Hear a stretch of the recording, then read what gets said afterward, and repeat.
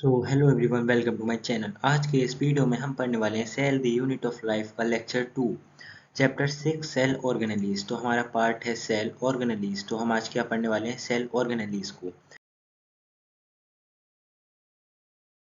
What basically cell organelles is, हम ये पढ़ेंगे। तो पहले सबसे पहले हम करते हैं revision of last class just in 2 minute. Okay okay. तो रिवीजन ऑफ लास्ट क्लास, हमने लास्ट क्लास में पढ़ा था व्हाट इज सेल। तो हमने पढ़ लिया था cell basic fundamental and structural unit of life होती है।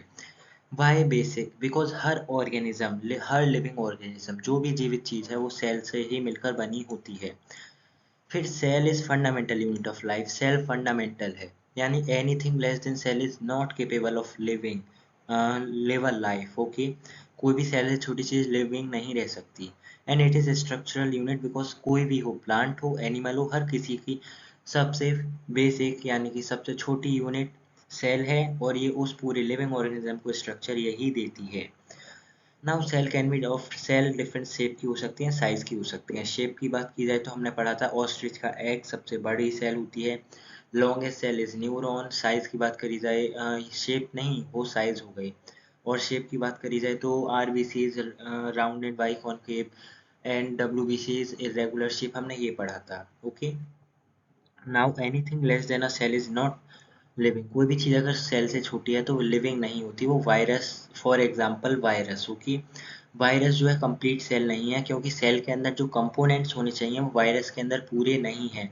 That's why virus is not living until और अनलेस ये किसी लिविंग ऑर्गेनिज्म के अंदर ना घुसे। जब लिविंग ऑर्गेनिज्म के अंदर घुस जाता है तो फिर ये अपने आप को रेप्लिकेट कर सकता है, इसीलिए वायरस बहुत खतरनाक बन जाता है। अब सेल की जो मैंने अभी आपको बताया डिफरेंट शेप होती हैं, वो तो आरबीसी और डब्ल्यूबीसी बता दिए। साइज मैंने आपको बता दिया। साइज का एग्जांपल था ऑस्ट्रिच का एग सबसे बड़ा सेल, तो साइज हुआ ना सबसे बड़ा। और अपनी क्या बोलते हैं, न्यूरॉन सबसे लॉन्गेस्ट सेल। माइक्रोप्लाज्मा पीपीएलओ सबसे छोटी सेल। तो cell can be of different size. Okay, ये हमने लास्ट क्लास में पढ़ा था। ओके, रिवीजन वो 2 मिनट में हो चुका है। एक स्लाइड का नाम, नेक्स्ट स्लाइड, ये 1 मिनट में हो जाएगा।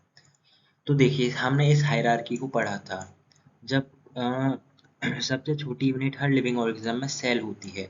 जब ये सेल, बहुत सारी सेल एक पास आती हैं तो टिश्यू बनाती हैं। फिर जब ये टिश्यू एक पास आते हैं तो ऑर्गन बनाते हैं, ऑर्गन आते हैं तो organ system, and organ system से ऑर्गेनिज्म। और सेल पर ये चैप्टर है, टिश्यू पर भी इस चैप्टर का नेक्स्ट पार्ट है। ओके, नाउ बात करते हैं ऑर्गेनिज्म जिनमें सिर्फ एक सेल होती है, वो यूनिसेलुलर होते हैं, जिसका एग्जांपल था अमीबा। अमीबा हुआ, पैरामीशियम हुआ। मल्टी सेलुलर जिनमें बहुत सारी सेल्स होती हैं, लाइक अस, मतलब हम human beings, and elephant, ant, and बहुत सारे। ओके, तो ये हुआ लास्ट क्लास का रिवीजन। अब चलिए स्टार्ट करते हैं आज की क्लास। तो आज की क्लास में हम पढ़ने वाले हैं सेल ऑर्गेनेलीज। तो अब हम अपनी स्पीड को धीरे करते हैं, क्योंकि अब हम नया टॉपिक पढ़ने जा रहे हैं। तो हम बहुत ही आराम आराम से पढ़ेंगे सेल ऑर्गेनेलीज को। क्या होता है सेल ऑर्गेनेलीज? तो देखिए, ये सेल होती है। मैं ये जो डायग्राम लाया हूँ बहुत बढ़िया, इसी डायग्राम से भी बताऊंगा। सेल के अंदर बेसिकली माल मसाला भरा हुआ होता है। जैसे कि आप देख पा रहे हो, ये है कुछ, ये है कुछ, ये है इस सेल में कुछ। ठीक है, ये सब माल मसाले हैं। ओके, तो देखो, ये जो बीच वाला है इसे बोलते हैं न्यूक्लियस। तो ये सेल का एक पार्ट है। ये बोलते हैं एंडोप्लाज्मिक रेटिक्यूलम। ये क्या है, सेल का एक पार्ट है। ये से भी एंडोप्लाज्मिक रेटिक्यूलम सेल का एक पार्ट है। ये भी सेल का पार्ट है, ये भी सेल का पार्ट है। जो ये सेल के जो पार्ट हैं, ये अलग अलग काम करते हैं। क्या काम करते हैं, कोई मान लो ये पूरे सेल की सारी एक्टिविटीज को कंट्रोल करता है कि अब तुझे ये खाना खाना है, ये बनाना है, वो नहाना है, ये करना है, वो करना है। सबको कंट्रोल करता है न्यूक्लियस। ईआर फैट बनाता है, लिपिड बनाता है, जो हम आगे पढ़ेंगे, प्रोटीन बनाता है। तो बेसिकली मैं क्या बताना चाह रहा हूँ, ये डिफरेंट डिफरेंट काम कर रहे हैं। माइटोकॉन्ड्रिया से एनर्जी बनती है, क्लोरोप्लास्ट से फूड बनता है। तो ये सेल ऑर्गेनेलीज क्या हुए, सेल के पार्ट हुए। जो ये है एक पार्ट, ये है एक पार्ट, तो इन्हीं को सेल ऑर्गेनेलीज बोलते हैं। यानी कि सेल के अंदर के जो पार्ट हैं उन्हें सेल ऑर्गेनेलीज बोलते हैं। ओके, तो सेल के अंदर के पार्ट्स को क्या बोलते हैं, सेल ऑर्गेनेलीज। तो सेल ऑर्गेनेलीज क्या है, these are component of cell. Component का मतलब पार्ट, यानी कि सेल के ही पार्ट होते हैं। जो कि डिस्टिंक्ट यानी कि अलग अलग फंक्शन परफॉर्म करते हैं। कोई एनर्जी बनाता है तो कोई खाना बनाता है, कोई सारी सेल की एक्टिविटी कंट्रोल करता है तो कोई इस काम को करता है। एग्जाम्पल है माइटोकॉन्ड्रिया, क्लोरोप्लास्ट, न्यूक्लियस। ओके, अब आगे चलते हैं। सेल ऑर्गेनेलिज आपकी बुक में मेनली 12 दे रखे हैं, जनरली जो मोस्ट इंपोर्टेंट है वो दे रखे हैं।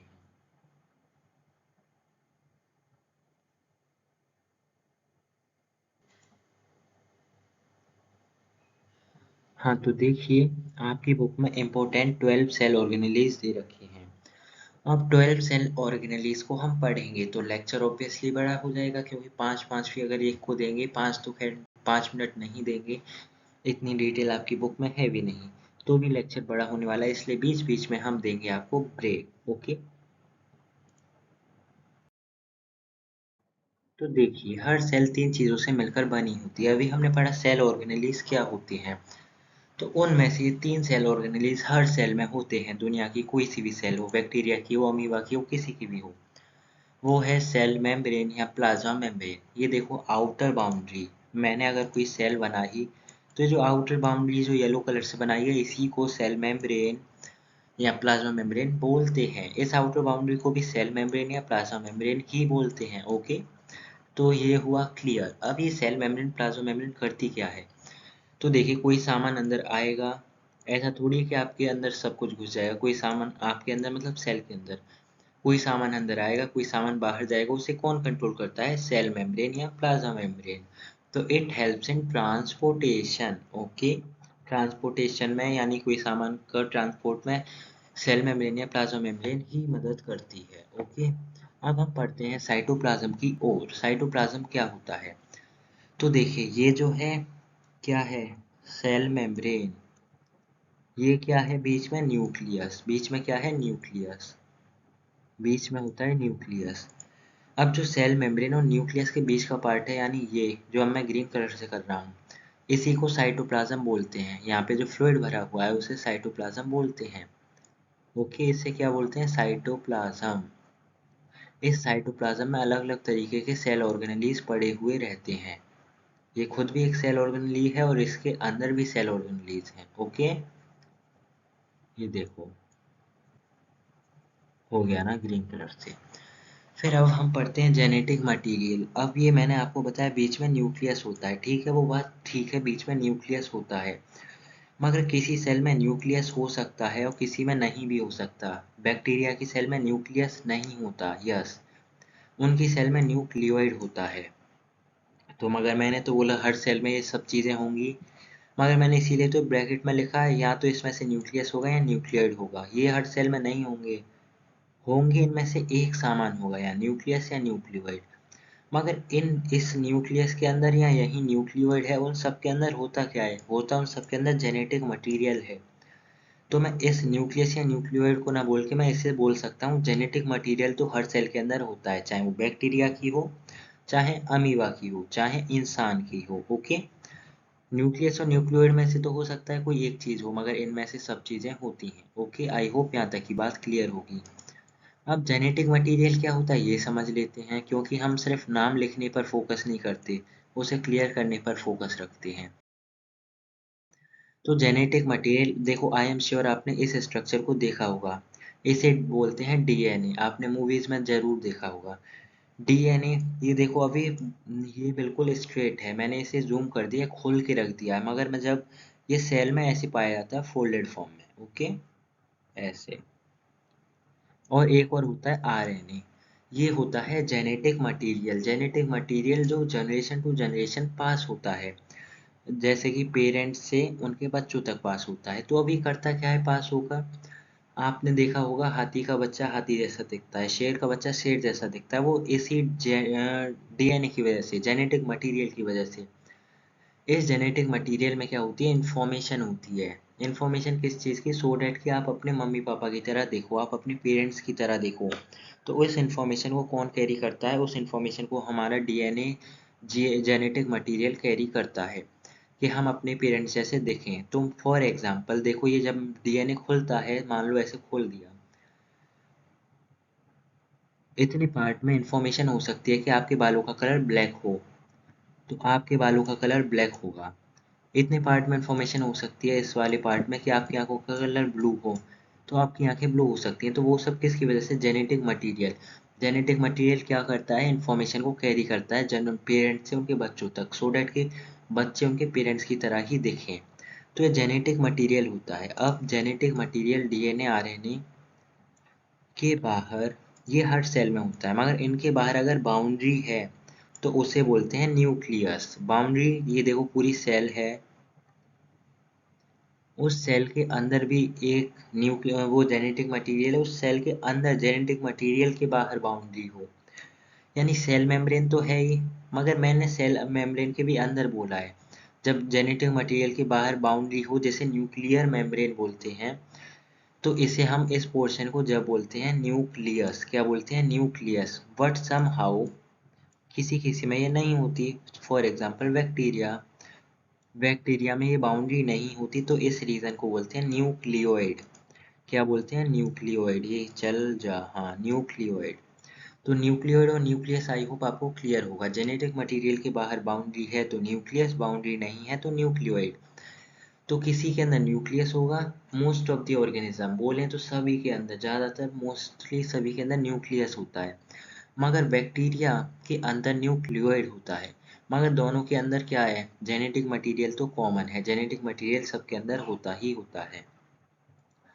ओके, यहाँ तक की बात आप सभी को क्लियर होगी कि हर सेल तीन चीज से मिलकर बनी होती है। वो क्या होती हैं? तीन चीजें। और हमने दूसरी बात समझी, सेल ऑर्गेनेलीज क्या होते हैं। आपकी बुक में हम 12 सेल ऑर्गेनेलीज पढ़ेंगे। अब हम उससे पहले आगे एक और कंसेप्ट आएगा, उसको भी इधर ही ब्लैंक स्लाइड पर क्लियर करते हैं। चलो आगे ही पढ़ेंगे। तो हर सेल तीन चीज से मिलकर बनी होती है, सेल मेम्ब्रेन, प्लाज्मा मेम्ब्रेन ये वाला पार्ट, साइटोप्लाज्म ये वाला पार्ट, जेनेटिक मटेरियल या न्यूक्लियस, जो जेनेटिक मटेरियल न्यूक्लियस और न्यूक्लियर के अंदर होता है, ये वाला पार्ट। ये तीन चीज हर सेल में होती ही होती है। कोई डाउट हो तो आप कमेंट सेक्शन में पूछ सकते हो। अब सेल ऑर्गेनेलीज, जो आपकी बुक में सेल ऑर्गेनेलीज हैं 12 दे रखे हैं, तो देखिए हम पहले 4 करेंगे, फिर ब्रेक, फिर 4 करेंगे, फिर ब्रेक, फिर 4 करेंगे। ओके, या हो सकता है एक दो ब्रेक कम भी हो जाए, कोई बात नहीं, कोई परेशानी नहीं। तो cell membrane, cell wall, nucleus, cytoplasm, mitochondria, ये सब क्या है? सेल ऑर्गेनेलीज, यानी कि ये सब सेल के पार्ट हैं जो अलग अलग फंक्शन परफॉर्म करते हैं। तो देखिए, ये देखो मैं एक डायग्राम लाया हूँ, ये आउटर बाउंड्री को ही क्या बोलते हैं? Cell membrane. तो यहीं पर अब हम समझाते हैं सेल मेम्ब्रेन होता क्या है। सेल मेम्ब्रेन आउटर बाउंड्री होती है। Okay, outer boundary. अब कोई सामान सेल के अंदर आएगा, कोई सामान सेल के बाहर जाएगा, उसे कौन कंट्रोल करता है? सेल मेम्ब्रेन या प्लाज्मा मेम्ब्रेन। ये सेल को स्टेबलाइज भी करती है, स्थिर भी करती है। मान लो कोई सेल का सामान उड़े ना, उधर ना हो, उधर ना हो, तो उन सबको स्टेबलाइज यही करती है। ओके, फिर सेल मेम्ब्रेन, ये हर सेल में होती है, दुनिया की हर सेल में। अब हम बात करते हैं फिर सेल मेम्ब्रेन, अब न्यूक्लियस की बातें करते हैं। हमने पढ़ा सेल मेम्ब्रेन आउटर बाउंड्री होती है, मगर प्लांट सेल में इस सेल मेम्ब्रेन के बाहर भी एक बाउंड्री होती है, जिसे सेल वॉल बोलते हैं। ये हुई सेल मेम्ब्रेन, इसके भी बाहर होती है सेल वॉल। वो क्या करती है, हमारे अंदर क्यों नहीं होती? इन सब बातों का अभी आपको आंसर मिलता है, तो चलिए बातें करते हैं। सेल मेम्ब्रेन बेसिकली हमने पढ़ चुके हैं। सेल वॉल क्या होती है? हार्ड होती है, हार्ड, कठोर, रिजिड होती है, स्ट्रांग होती है। प्लांट आपने देखा आंधी तूफान कैसी भी स्थिति हो, बिल्कुल सीधे खड़ा रहता है। क्यों? क्योंकि उसे रिजिडिटी इतनी प्रोवाइड होती है उनके सेल्स के द्वारा। उसकी सेल्स में सेल वॉल होती है, ये सेल वॉल रिजिड होती है, हार्ड होती है, प्लांट को हार्डनेस या रिजिडिटी प्रोवाइड करती है। और हमें इतनी रिजिडिटी का कोई हमें ज़रूरत नहीं, तो इसलिए हमारे अंदर नहीं होती सेल वॉल। सेल वॉल सिर्फ प्लांट सेल के अंदर होती है। ओके, अब आगे चलते हैं। सेल वॉल भी हो गया, अभी हम बुक से रीडिंग करेंगे, अभी हम यहाँ समझते चलते हैं, आगे बुक से रीडिंग करेंगे। तो देखिए हमने क्या पढ़ लिया? सेल मेम्ब्रेन पढ़ लिया। इधर सेल वॉल नहीं है क्योंकि एनिमल सेल है, एनिमल सेल में सेल वॉल नहीं हो सकती, वो सिर्फ प्लांट सेल में होती है। अब हम बात करते हैं न्यूक्लियस की। तो न्यूक्लियस देखो, हम आपकी बुक में न्यूक्लियस पढ़ेंगे, न्यूक्लियोइड नहीं पढ़ेंगे। न्यूक्लियस सेंटर में होता है सेल के। न्यूक्लियस के अंदर क्या होता है? Genetic material. अब मान लो इस सेल को डिवाइड करना है, तो वो जो दूसरी सेल दो बनेंगी वो इसी जैसी बने, तो इसका जेनेटिक मटेरियल इनके अंदर जाना चाहिए, बिल्कुल जाना चाहिए। तो न्यूक्लियस क्या करता है, खुद डिवाइड होता है, ऐसे करके डिवाइड हो जाता है, आधा न्यूक्लियस इसके पास पहुंचता है, आधा इसके पास।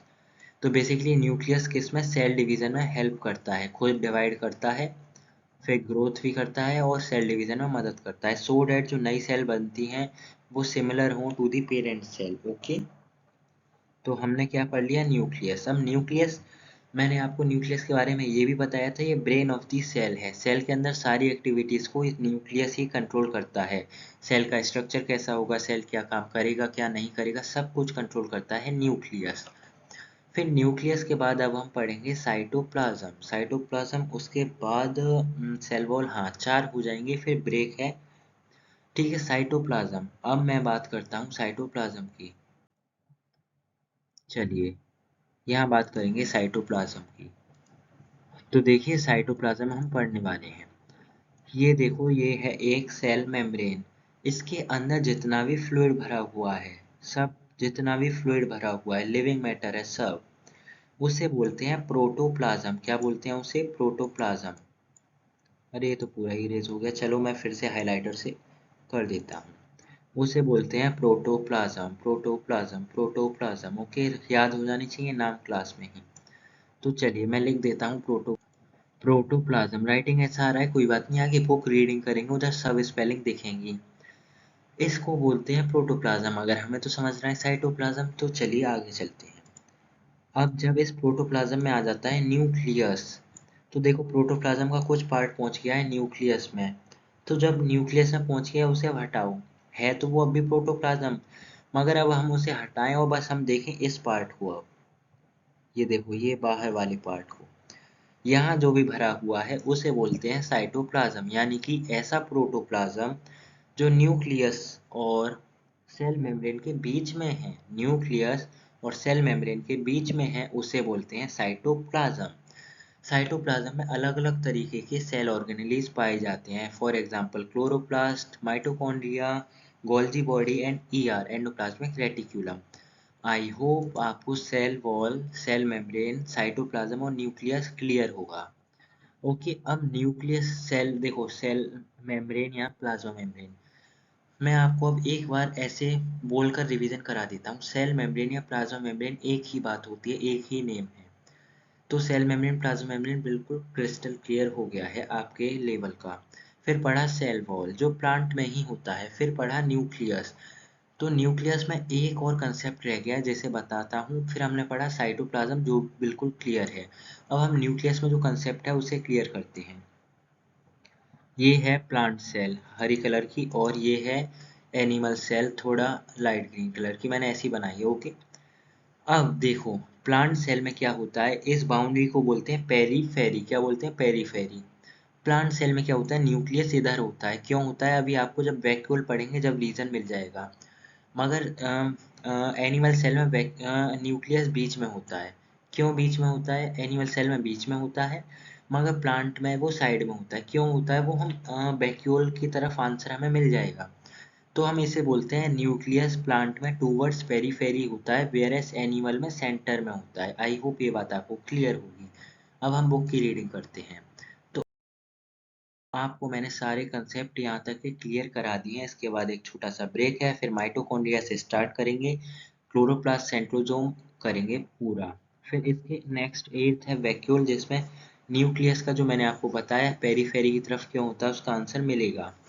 तो देखिए सेल मेम्ब्रेन, ये मेम्ब्रेन हर सेल के अराउंड पाई जाती है, हर सेल के चारों ओर। ये सेल को स्टेबलाइज करती है, ये भी बताया। ये एक्सचेंज ऑफ सब्सटेंस को कंट्रोल करती है, कोई सब्सटेंस अंदर आएगा बाहर जाएगा उसे कौन कंट्रोल करता है, सेल मेम्ब्रेन। ये हर सेल में प्रेजेंट होती ही होती है, it is definitely present in all cells. Okay, हर सेल्स में प्रेजेंट होती है। ये जो होती है, अब सेल मेम्ब्रेन हुई क्लियर, बिल्कुल क्रिस्टल क्लियर, बुक्स की भी line by line complete. Cell wall पढ़ते हैं। सेल वॉल थिक होती है, मैंने आपको बताया, हार्ड होती है, हर सेल के अराउंड होती है, नहीं हर सेल के नहीं, सिर्फ प्लांट सेल के। ओके, ऐसे कंफ्यूज करना चाहिए कभी कभी ताकि आप अपना दिमाग खोल के पढ़ो। तो hard layer is present outside cell membrane, ये सेल मेम्ब्रेन के भी बाहर होती है, मान लो ये सेल मेम्ब्रेन है तो इसके भी बाहर होती है सेल वॉल। ओके, कोई डाउट हो तो कमेंट सेक्शन में पूछ सकते हो। ये ओनली प्लांट सेल में पाई जाती है। इसे सेल वॉल बोलते हैं। सेल वॉल रिजिड होती है, ये सेल को प्रोटेक्शन देती है और ये ओनली प्लांट सेल में पाई जाती है। अब बात करते हैं न्यूक्लियस की। ये मोस्ट इम्पोर्टेंट सेल ऑर्गेनली है क्योंकि ये ही जेनेटिक मटेरियल कैरी करता है। कि आप अपने मम्मी पापा की तरह देखो तो न्यूक्लियस में ही इंफॉर्मेशन होती है। फिर आपके बच्चे आपकी तरह देखें, वो न्यूक्लियस, उनके न्यूक्लियस में इंफॉर्मेशन होगी। ओके, इसका और न्यूक्लियस इसलिए भी इम्पोर्टेंट है क्योंकि सेल की सारे एंटायर एक्टिविटीज़ को कंट्रोल करता है। अब देखो, ये सेंटर होता है एनिमल सेल में, सेंटर में होता है, मगर पेरीफेरी यानी साइड में होता है प्लांट सेल में। इसका फंक्शन होता है पहले खुद ग्रो करना, फिर सेल को भी डिवाइड कर देना। सेल को क्यों डिवाइड कर देना, इसी का फंक्शन है क्योंकि इसके अंदर जेनेटिक मटेरियल है। तो आई होप आपको अब यहाँ तक बात क्लियर होगी। अब बात करते हैं साइटोप्लाज्म की। तो the protoplasm present between nucleus and cell membrane. देखो मैंने आपको बताया था, ये है अपनी सेल, अलग कलर लेता हूँ, ब्लैक, अरे ब्लैक ब्लैक, ये है अपनी सेल मेम्ब्रेन। इसके अंदर जो भी भरा हुआ है प्रोटोप्लाज्म। मगर जब न्यूक्लियस आ गया तो ऐसा प्रोटोप्लाज्म जो सेल मेम्ब्रेन और न्यूक्लियस के बीच में है उसे साइटोप्लाज्म बोलते हैं। तो देखो यहाँ यही लिखा है, the protoplasm present between nucleus and cell membrane. जो न्यूक्लियस और सेल मेम्ब्रेन के बीच में भरा हुआ है उसे साइटोप्लाज्म बोलते हैं। Okay, break time.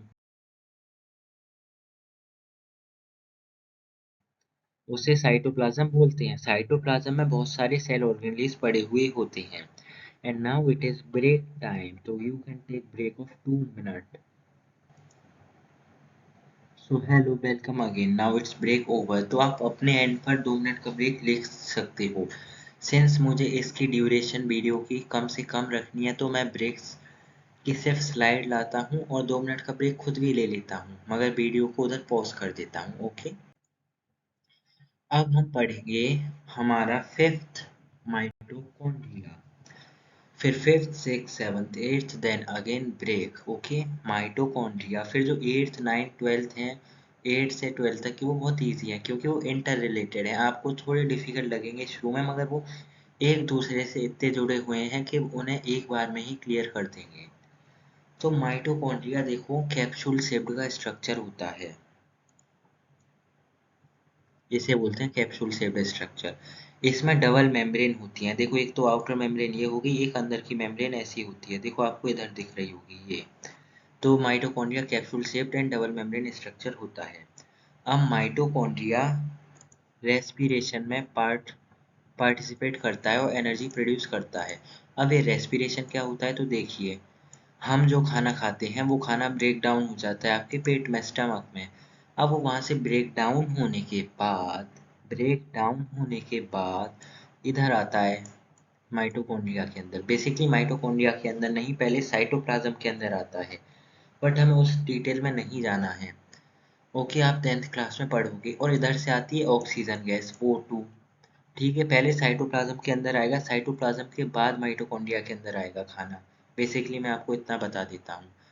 फिर जब वो खाना है O2 के साथ रिएक्ट करता है और हमें मिलती है एनर्जी। क्या मिलती है? Energy in the form of ATP, ATP की फॉर्म में। ATP क्या है? एनर्जी का ही एक रूप है। तो इस प्रोसेस को बोलते हैं रेस्पिरेशन, यानी जिस प्रोसेस से हमें एनर्जी मिलती है उस प्रोसेस को बोलते हैं रेस्पिरेशन। और रेस्पिरेशन में कौन पार्ट लेता है? माइटोकॉन्ड्रिया। तो माइटोकॉन्ड्रिया में सिर्फ 3 बातें याद रखनी है। क्या? कि एक तो ये डबल मेम्ब्रेन बाउंड स्ट्रक्चर है, कैप्सूल शेप का स्ट्रक्चर है, ये रेस्पिरेशन में पार्ट लेता है और एनर्जी प्रोड्यूस करता है, और इसी वजह से हम इसे power house of the cell भी बोलते हैं। तो माइटोकॉन्ड्रिया क्लियर। अब हम बात करते हैं क्लोरोप्लास्ट की। क्लोरोप्लास्ट भी ऐसा ही दिखता है, मगर उसमें ऐसे मेम्ब्रेन भी होती हैं, डबल मेम्ब्रेन, मगर उसमें डबल मेम्ब्रेन शायद क्लोरोप्लास्ट में होती हैं शायद। ओके, होती हैं शायद, थोड़ी कंफ्यूजन है, मैं आपको till the end of lecture बता दूंगा। यस, होती हैं। तो देखिए, ये जो है उसमें ऐसे कॉइन लाइक स्ट्रक्चर होते हैं। किस में? क्लोरोप्लास्ट में। क्या होते हैं? Coin like structure. माइटोकॉन्ड्रिया में एनर्जी का ब्रेक डाउन, वो एनर्जी बनती है, वो हाँ एनर्जी बनती है और फूड टूटता है, फूड का ब्रेक डाउन होता है। मगर क्लोरोप्लास्ट के अंदर क्या होता है, एनर्जी का यूज होता है और खाने को बनाते हैं फोटोसिंथेसिस की मदद से। खाने को क्या करते हैं, हम बनाते हैं। तो खाने को बनाने वाली प्रोसेस को क्या बोलते हैं, फोटोसिंथेसिस। तो माइटोकॉन्ड्रिया के अंदर होती है फोटोसिंथेसिस। ओ सॉरी, माइटोकॉन्ड्रिया के अंदर नहीं, क्लोरोप्लास्ट के अंदर होती है फोटोसिंथेसिस। एंड क्लोरोप्लास्ट के अंदर क्लोरोफिल होती है, इसी वजह से क्लोरोप्लास्ट के अंदर फोटोसिंथेसिस हो सकती है। तो हम इसे किचन ऑफ द सेल भी बोलते हैं। किचन ऑफ द सेल आपको मतलब पता होगा किचन ऑफ द सेल का, क्योंकि इसके अंदर खाना बनता है, तो इसलिए हम इसे किचन ऑफ द सेल भी बोलते हैं। तो एक बार हम माइटोकॉन्ड्रिया और क्लोरोप्लास्ट का कंपैरिजन करें तो माइटोकॉन्ड्रिया में खाना का ब्रेकडाउन होता है और क्लोरोप्लास्ट में खाना बनता है। माइटोकॉन्ड्रिया में एनर्जी निकलती है और क्लोरोप्लास्ट में एनर्जी यूज हो जाती है। ओके, बेसिकली थोड़ी एनर्जी उसमें भी बन सकती है फोटोसिंथेसिस में। अब हम बात करते हैं आगे। सो क्लोरोप्लास्ट और फोटो माइटोकॉन्ड्रिया क्लियर है आपको। फिर हम बात करते हैं इसके बाद, चलिए आगे देखते हैं क्या टॉपिक है। Yes, chloroplast, mitochondria, centrosome. चलिए, साइटोप्लाज्म तक क्लियर था। माइटोकॉन्ड्रिया कैप्सूल शेप का स्ट्रक्चर है, surrounded by double layer membrane. Double layer membrane का होता है, रेस्पिरेशन में पार्टिसिपेट करता है, एनर्जी प्रोड्यूस करता है, इसीलिए इसे power house of the cell बोलते हैं। मैंने जो 3 चीजें आपको अभी ब्लैंक स्लाइड पे बताई, वही एग्जैक्टली यहाँ लिख रही हैं। फिर क्लोरोप्लास्ट, ये सिर्फ ग्रीन सेल्स में होता है। ग्रीन सेल्स में होता है, या ये ग्रीन सेल्स में होता है इसलिए वो ग्रीन होती हैं, ऐसा बोल सकते हैं, क्योंकि इसी के अंदर क्लोरोफिल होता है, वही ग्रीन कलर प्रोवाइड करता है सेल्स को। और ये फोटोसिंथेसिस के लिए रिस्पॉन्सिबल होता है, खाना बनाता है। और देखो, अब हम बात करते हैं सेंट्रोजोम की। सेंट्रोजोम क्या होता है, बेसिकली ये सेल डिवीजन में हेल्प करता है। सिंस सेल डिवीजन में न्यूक्लियस भी हेल्प करता है, ये भी, तो ये न्यूक्लियस के पास ही पाया जाता है। तो देखिए ये लिख रहा, it is found near nucleus. ये न्यूक्लियस के पास पाया जाता है, सेल डिवीजन में मदद करता है। ये सिर्फ एनिमल सेल्स में ही होता है, सिर्फ एनिमल सेल में। अब इसकी इतनी डिटेल 9th में भी नहीं है, 10th में भी नहीं है, आपको बस इतना ही याद रखना है, सेल डिवीजन में मदद करता है कौन, सेंट्रोजोम। ओके, अब सेंट्रोजोम से भी अगर हम अब आगे बढ़ते हैं तो अब हम पढ़ेंगे वैक्यूल। Okay, vacuole. वैक्यूल के बाद 1 2 3 4, ब्रेक के बाद 4, और फिर कंप्लीट आपका आज का लेक्चर। तो देखिए वैक्यूल में क्या होता है। वैक्यूल, हाँ चलिए मैं इधर समझाता हूँ पहले। वैक्यूल किसी में ऐसा छोटे छोटे भी हो सकते हैं, किसी में बहुत बड़ा भी हो सकता है। वैक्यूल बेसिकली स्टोर का काम करता है, स्टोरेज का। तो ये दोनों में पाया जाता है, प्लांट में भी एनिमल में भी, क्योंकि स्टोरेज का काम दोनों में हो सकता है। बट प्लांट में लार्ज वैक्यूल होता है जो कि सेंटर में होता है, और एनिमल में बहुत छोटे छोटे वैक्यूल होते हैं जो साइड में बिखरे हुए रहते हैं। तो वैक्यूल का काम मैंने बताया स्टोरेज, वैक्यूल का काम है स्टोरेज। सिंस वैक्यूल का काम स्टोरेज है, वैक्यूल वाटर स्टोर कर सकता है, सॉल्ट स्टोर कर सकता है, अदर सब्सटेंस स्टोर कर सकता है, वेस्ट भी स्टोर कर सकता है। अब हम तो वेस्ट अपना मोस्ट ऑफ द वेस्ट ऐसे ही एक्सक्रीट आउट, इजेस्ट आउट भी कर देते हैं, सुबह सुबह सब वेस्ट निकाल देते हैं। तो हमें इतना स्टोरेज करने की ज़रूरत नहीं पड़ती, इसलिए एनिमल के अंदर छोटे छोटे वैक्यूल्स होते हैं, और यहाँ किसी सेल में नहीं भी होते। मगर प्लांट आपने देखे हैं वेस्ट निकालते हुए, कभी कभार जब ये वैक्यूल फट जाता है जब ये उनका वेस्ट निकलता हुआ दिखता है, या और कोई, मगर मोस्ट ऑफ द केस में वो अपना वेस्ट नहीं निकालते, स्टोर कर लेते हैं। तो जब वैक्यूल में स्टोर करते हैं तो उनका वैक्यूल भी बड़ा होना चाहिए, तो इसलिए उनका वैक्यूल बड़ा होता है, और इस वैक्यूल को हम सैप वैक्यूल या स्टोरेज वो सेंट्रल वैक्यूल भी बोलते हैं, क्योंकि इतना बड़ा होता है कि देखो ये सेल है, ये सेल की सेंटर की जगह घेर लेता है। और मैंने आपको भी बताया था न्यूक्लियस प्लांट में साइड में होता है, वो इसी वजह से, क्योंकि वैक्यूल तो आ गया बीच में, तो इस न्यूक्लियस को दे देता है धक्का, दूजा बाउंड्री की तरफ, तो वो आ जाता है बाउंड्री की तरफ, तो इसीलिए वैक्यूल, हाँ, वो न्यूक्लियस जो है साइड में बाउंड्री की तरफ पाया जाता है, और वैक्यूल सेंटर में। ओके, तो अब हम पढ़ लेते हैं पूरा, हमने वैक्यूल भी समझ लिया है। तो देखिए वैक्यूल जो सब में, प्लांट सेल में, एनिमल सेल में पाया जाता है, मगर प्लांट में लार्ज होता है, और सेंटर में plant, what in plant cell large vacuole is present in the centre. Yes, plant में लार्ज वैक्यूल सेंटर में प्रेजेंट होता है, लेकिन एनिमल में बहुत छोटे छोटे वैक्यूल बिखरे हुए रहते हैं, वो कहीं पर भी हो सकते हैं बिखरे हुए। सेंटर में एनिमल में तो न्यूक्लियस होता है। ओके, इसका फंक्शन होता है वाटर को स्टोर करना, सॉल्ट को स्टोर करना और अदर सब्सटेंस को भी स्टोर करना, और बैलेंस बाहर और अंदर कैसा बैलेंस होगा उसे भी मेंटेन करना, ऑस्मोटिक प्रेशर बोलते हैं। ओके, मतलब ऑस्मोटिक प्रेशर नाम की भी चीज़ होती है जो ये हेल्प करता है को मेंटेन करने में।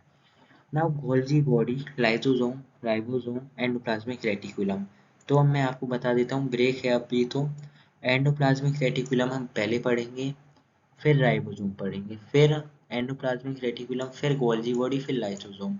ऐसा इसलिए क्योंकि पहले एंडोप्लाज्मिक रेटिकुलम आता है, इसी के बाद गोल्जी बॉडी का वर्क आता है, इसलिए पहले एंडोप्लाज्मिक रेटिकुलम पढ़ेंगे।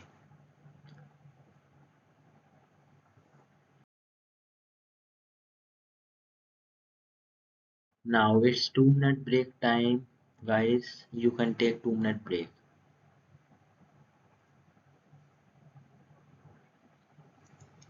So hi guys, welcome again, welcome again. तो अब हम पढ़ने वाले हैं Golgi body, lysosome, endoplasmic reticulum and ribosome. 4 रह गए हैं। तो आप बेसिकली, आपको लग रहा हो 12 हम एक दिन में नहीं याद कर पाएंगे, बेसिकली यस, क्योंकि आप अभी इस चैप्टर को पढ़ रहे हो, तो आप इस वीडियो लेक्चर को 2 दिन में देख सकते हो, 6 एक दिन में, 6 एक दिन में। ओके, और अगर आपको एक दिन में इस लेक्चर को देख लो, अगले दिन रिवाइज कर लो, वो भी बढ़िया है। एंड अगेन मैं आपको बोल रहा हूँ कि आप ब्रेक 2 मिनट का ले सकते हो, मुझे वीडियो की ड्यूरेशन कम से कम रखनी है, इस वजह से मैं कुछ मिनट वीडियो पॉज कर देता हूँ। ओके, चलिए आगे चलते हैं। अब हम बात करेंगे एंडोप्लाज्मिक रेटिक्यूलम की। ई आर, एंडोप्लाज्मिक रेटिक्यूलम ये क्या है? मेम्ब्रेन से बना हुआ स्ट्रक्चर्स होता है। देखो ऐसे होता है, बहुत सारी मेम्ब्रेन का कॉम्प्लेक्स नेटवर्क बन जाता है। ये ऐसे होंगे, कुछ पाइप की शेप में ऐसे भी होंगे, देखो लैमिले भी होंगे। तो बहुत ही कॉम्प्लेक्स स्ट्रक्चर बन जाता है, इसे बोलते हैं ई आर।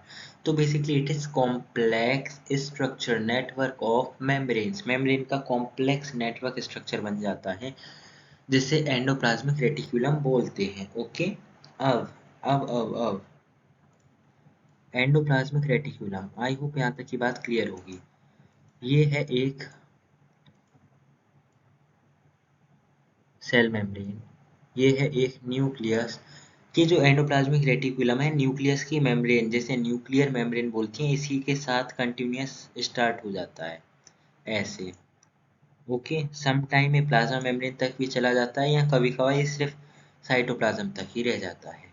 ओके, तो इसका ये तो फिर एक लिंक एस्टेब्लिश कर रहा है, देखो न्यूक्लियस को साइटोप्लाज्म से कनेक्ट कर रहा है, तो हम बोल सकते हैं it establish the link between nucleus and cytoplasm. Okay, ये कॉम्प्लेक्स नेटवर्क स्ट्रक्चर है। ओके, अब ये क्या करता है? ये प्रोटीन सिंथेसिस में मदद करता है। किसमें? प्रोटीन सिंथेसिस, यानी प्रोटीन को बनाने में। वो क्यों? अभी हम पढ़ने वाले हैं राइबोसोम। राइबोसोम ऐसे छोटे छोटे दानेदार स्ट्रक्चर होते हैं। वो दानेदार स्ट्रक्चर ईआर पर पाए जाते हैं, पूरी ईआर पर नहीं, ईआर के कुछ पार्ट पर राइबोसोम पाए जाते हैं, और वो राइबोसोम प्रोटीन बनाते हैं। राइबोसोम को प्रोटीन फैक्ट्री ऑफ सेल बोलते हैं, यानी कि ऐसी फैक्ट्री जिसमें प्रोटीन बनते हैं, तो protein factory of cell is called ribosome. अब सिंस ये राइबोसोम एंडोप्लाज्मिक रेटिकुलम के ऊपर हैं, तो एंडोप्लाज्मिक रेटिकुलम से ही फिर हम बोलते हैं कि प्रोटीन बनती है। तो एंडोप्लाज्मिक रेटिकुलम का एक वर्क है प्रोटीन को बनाना। ओके, अब हम पढ़ते हैं, हमारा काम हुआ एंडोप्लाज्मिक रेटिकुलम का भी। अब हम राइबोसोम को ही पढ़ते हैं। तो राइबोसोम बेसिकली देखो ऐसे दानेदार स्ट्रक्चर दिखाई देते हैं। कभी कभार एंडोप्लाज्मिक रेटिकुलम पर पाए जाते हैं, दिख सकते हैं, न्यूक्लियर मेम्ब्रेन पर दिख सकते हैं, साइटोप्लाज्म में भी दिख सकते हैं। जब हम इन्हें जूम करते हैं तो ये ऐसे शेप के होते हैं। ठीक है, इनमें 2 यूनिट होती हैं, ऊपर वाली यूनिट, नीचे वाली यूनिट, और इस पूरी को एक यूनिट बोलते हैं। ये सब यूनिट होती हैं 2। ओके, ये होता है राइबोसोम का स्ट्रक्चर। अभी इतना ही समझना है, इतनी भी डिटेल आपकी बुक में नहीं है, मगर फिर भी हमने स्ट्रक्चर पढ़ लिया है। अब इस राइबोसोम से क्या बनती है? प्रोटीन। इसे इसीलिए राइबोसोम को बोलते हैं protein factory of the cell. क्या बोलते हैं? Protein factory of the cell. चलिए अब हम इतने को पहले क्लियर कर लेते हैं, किससे? डायग्राम, वो बुक से। तो देखिए, सेल ऑर्गेनेलीज, वैक्यूल तो हमने क्लियर कर ही लिया है। हाँ, एंडोप्लाज्मिक रेटिक्यूलम ये कॉम्प्लेक्स नेटवर्क होता है किसका, मेम्ब्रेन्स का। एंडोप्लाज्मिक रेटिकुलम बोलते हैं कॉम्प्लेक्स नेटवर्क को जो मेम्ब्रेन का बना हुआ होता है। ये न्यूक्लियस से अटैच्ड होता है, देखो न्यूक्लियस से अटैच्ड होता है, दूसरा एंड फ्रीली होता है। फ्रीली हो भी सकता है नहीं भी, मगर ये साइटोप्लाज्म में ऐसे फ्रीली पड़ा रहता है। फ्रीली का मेरा मतलब न्यूक्लियस से तो अटैच्ड है, ठीक है, फ्री रहता है। ओके, कभी कभार इसकी जो दूसरा एंड है वो फ्री भी हो सकता है। अब it establish relationship between nuclear membrane and cytoplasm. ये न्यूक्लियर मेम्ब्रेन और साइटोप्लाज्म के बीच में लिंक एस्टेब्लिश करता है, ये मैंने आपको पहले ही बता दिया। ये प्रोटीन सिंथेसिस में मदद करता है, ये भी बता दिया। राइबोसोम भी प्रोटीन सिंथेसिस में मदद करता है, ये भी बता दिया। अब हम बात करते हैं लाइबोसोम। तो अब हमें पढ़ना है गोल्जी बॉडी, लाइसोसोम। तो देखिए गोल्जी बॉडी कैसा ऐसा स्ट्रक्चर होता है, ये एक नहीं ऐसे बहुत सारे स्ट्रक्चर्स ऐसे ही बहुत सारे मिलके गोल्जी बॉडी बनाते हैं, या कुछ वो भी आ जाते हैं। ओके, ये बनाते हैं गोल्जी बॉडी को, मतलब इन्हीं को मिलाकर बोलते हैं गोल्जी बॉडी। अब बेसिकली गोल्जी बॉडी का आपकी बुक में फंक्शन दे रखा है सिंथेसाइज करना, स्टोरेज करना, सिक्रेशन करना, और यही इसके तीन मेन फंक्शन दे रखे हैं। मगर मैं दो फंक्शन आपको एक्स्ट्रा बताऊंगा जो मेन मेरे हिसाब से वही मेन है, क्योंकि आप आगे पढ़ोगे तो वो मेन फंक्शन है। इधर से देखो कुछ सामान घुसता है ईआर से बना हुआ, उधर से वो मॉडिफाई होके निकलता है। मान लो इधर से लिपिड घुसा, अब वो लिपिड में थोड़ा स्टाइल फिर डालनी है, मतलब थोड़े अलग तरीके का कुछ बनाना है, तो इधर से मॉडिफाई होके निकलता है। आप मुझे लगता है डायग्राम नहीं दिखाई दे रहा, तो देखिए, देखो ऐसे इधर से घुसा, उधर से मॉडिफाई होके निकला, या इधर से मान लो प्रोटीन गई, उधर से पैक होके निकली। तो ये काम होता है गोल्जी बॉडी का, क्या होता है, या तो पैकेजिंग का या मॉडिफिकेशन का। अब मान लो कि इस सब्सटेंस की अभी जरूरत नहीं है, तो उसे स्टोरेज भी कर सकती है गोल्जी बॉडी, किसी सब्सटेंस को बना भी सकती है, और फिर इधर से सिक्रेशन तो होता ही है। यही इसके मेन फंक्शन है। नाउ लाइसोसोम की बात करें तो लाइसोसोम वेसाइकल लाइक स्ट्रक्चर होते हैं, कटोरी की तरह ऐसे, ठीक है, इसे वेसिकल बोलते हैं। ये इसमें क्या होता है, एंजाइम्स भरे हुए होते हैं, एंजाइम्स। अब क्या होता है, बाहर से खाना आया, उसे डाइजेस्ट कर देता है। अनवांटेड पार्टिकल आए जो हमें ज़रूरत नहीं है, उन्हें भी डाइजेस्ट कर देता है कि कैसे आ गए, ओके, क्योंकि इसके अंदर एंजाइम है। तो इसीलिए इसे ये क्या करता है, जिस सब्सटेंस को डाइजेस्ट कर देता है easily. It digest substance that come into the cell. जो सब्सटेंस सेल के अंदर आते हैं उन्हें डाइजेस्ट कर देता है।